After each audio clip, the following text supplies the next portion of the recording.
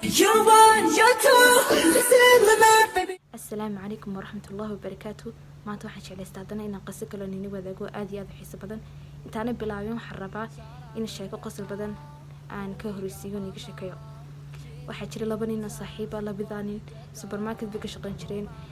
nin baa aad iyo aad u yaqaanay dadka loo soo jiito, dad badan baa ku xidhnaa wax farbad baligsan jirka kalena mu aqoon. dadkii aan aqoon bay saaxiibku meedo ku dhahay saaxiib waxaan rabaa inaad iga caawiso sida dadka loo soo jiito ayaan rabaa. kadib wuxuu dhahay waayahay waa fudeed way sahlantu way ku raadey iyo eegu ma gurey gabar baa soo gashay marka soo gashay wixii rabtay malab wuxuu ku raadey macquul maaha adigoon malab inaan malabigiste gabadhii waa iibsatay. kadibna haddana gabar kale soo gashay tufaax bay rabtay kadib wuxuu ku raadey macquul maaha in tufaax kala iibsado gabadhii way khajishay wax kale haddana sii qaadato iibsatay. ninkii baa yidhi haddaba adiga arkaya adna isku day iminka gabar kale soo gashay kii wax la barayay ayay imka isku dayay. kadib wuxuu dhahay maxaa rabtay wuxuu ku tiraaday waxaan rabaa caano. kadib wuxuu leeyahay macquul maaha in looda caano raadiso waxaana ka filayay meesha ka imaaday kasi darbaaxan baa sandal lagu dhufto. waxaa rajayn doonaa inay qorshaan. haddana waxaa jiray qiso kale sheeko yar kale oo qisada ka horeysa. waxaa jiray nin maqaasan bas buu soo koray markuu baska soo koray dhanka daaqadu fariistay. markuu daaqada fariistay waxa dhacday dabeeshii ayaa ka gaariga baska baa dhaqaaqay dabeeshii baa ka qaaday koofiyadii. kadibna waxa dhacday muu istaajin baskii iska socday gacanta ayuu sheeko geliyay lacag buu ka daba suray koofiyadii wuxuu ku dhacay baska daba soo raax habuu ka sii qaaday lahaa. haddaba qisadeeni sida noogu bilaabmaysa waxaa jiray gabadh maasha allah aad iyo aad u qurux badan diinteeda ku fiican dhan kasta ku fiican heer waxbarasho markay gaadhay waxba jaamacadda ku harsatay ayaa waxa dhacday duruuf inay ka reebto guriga weynatiiska joogtay. maalin maalmaha ka mid ah ayaa gurigooda ximaadini bay imaaday.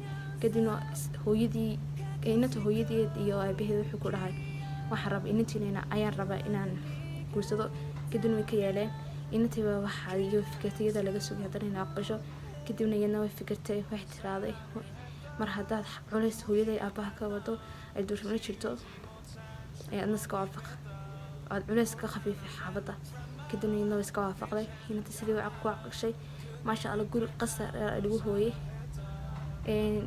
kadibna waxa dhacday bili kadib inantii markay aqalka lahayd ayaa waxa dhacday ninkii aqalka ayuu maqashay inuu gabdho hore soo furay oo sababta ku soo furnay ay ahayd habal wuxuu u dheli waayeen maxaa inaan oo tadashaba ina yar dhifuray haddii inuu u dheli wado. kadibna waxa dhacday inantii baa ninkii aragtay wuxuu ku tiraaday maxaasaa ka jira qadarka ilaahay ayaan rumaysnay. inantii waxay isku dayday inay ninkii waanayso xadiisi badan u sheegto ninkuu waxba kuma soo qaaday musdhigbalay. waxa dhacday inantii haddana bilo kale kasoo wareegay ilma yar bay caloosha ku qaaday. kadibna waxa dhacday ninkii intaa uu kasii wadaagsanaa tolo maxay noqon miniin masana. kadibna waxa dhacday adigu xidhigay gabadhii markaa waxay go'aansatay inay ilmaha sii eegin inuu nin naag yahay. kadibna markay dhalasho ogaato waxa dhacday xidhigii inanta gabadhii marisi bay gaadhay. kadibna markay dhakhtarkii ku mashay kadibna waxa dhacday inay umasho. kadibna ninkii wuxuu isla markiiba isagoona u kaadinuu buu ku dhahay furanta inantii way murugootay xaafadeeda bay iska timaaday ilaahay bay tala saartay ilaahay bay qadar bay tiraaday way u ducaysatay. maalmo kadib baa wax ka soo wareegeen mudiirkii dhamaayay dhakhtarka ku mashin baa u imaaday wuxuu ku dhahay waxaan maqlaynaa inaan akhlaaq fiican tahay saasay kugu dhacday oo sababkaaguna fiican yahay. kadibna waxaan rabaa hooyadeed buu ku dhacday marka waxaan rabaa in inantaada aan guursado. kadibna inantu xitaa waayahay waan hooyadeed buu sheegtay wixii tiri waayahay waan aqbalayaa shadada waaxid minku markaas ka caan buu ahaa. kadibna waxa dhacday wuxuu ku tahay gurigaaga halkaa ku xidhan iska xidhan ii ballan qaadaysaa in guriga carruurta yar ee agoomaha aan waxba haysan duruufta haysta in cunto loogu sameeyo. ninku wuxuu waayahay waan waafaqayaa. kadibna waxa dhacday haddana wax kasoo wareegay adigu meelaha bilo. kadibna waxa dhacday gabadhii waxay dhashay laba ilmood yar.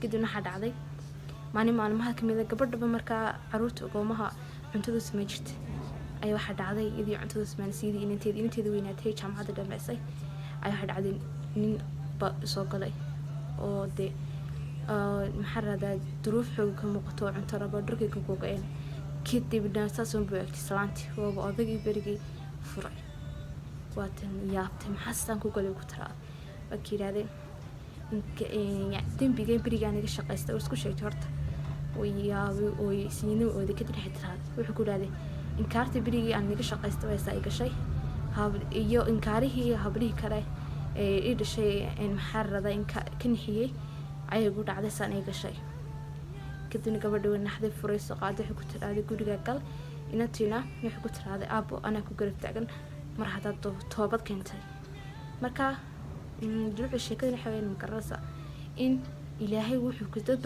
ka xanaaqa hadii inan u dhalato oo iraada inan baan warin wuxuu inaan igu dhalan waay laakiin mar kasta le ilaahay wuxuu ku siiyo oo inaad ku xamdi noqdaa oo tiraada alxamdulillah ilaahay waxaad isisayba markaan sheekada maanta internet waqtay assalaamu calaykum waraxmatullaahi wabarakaatuh. You're one, you're two, this is the baby.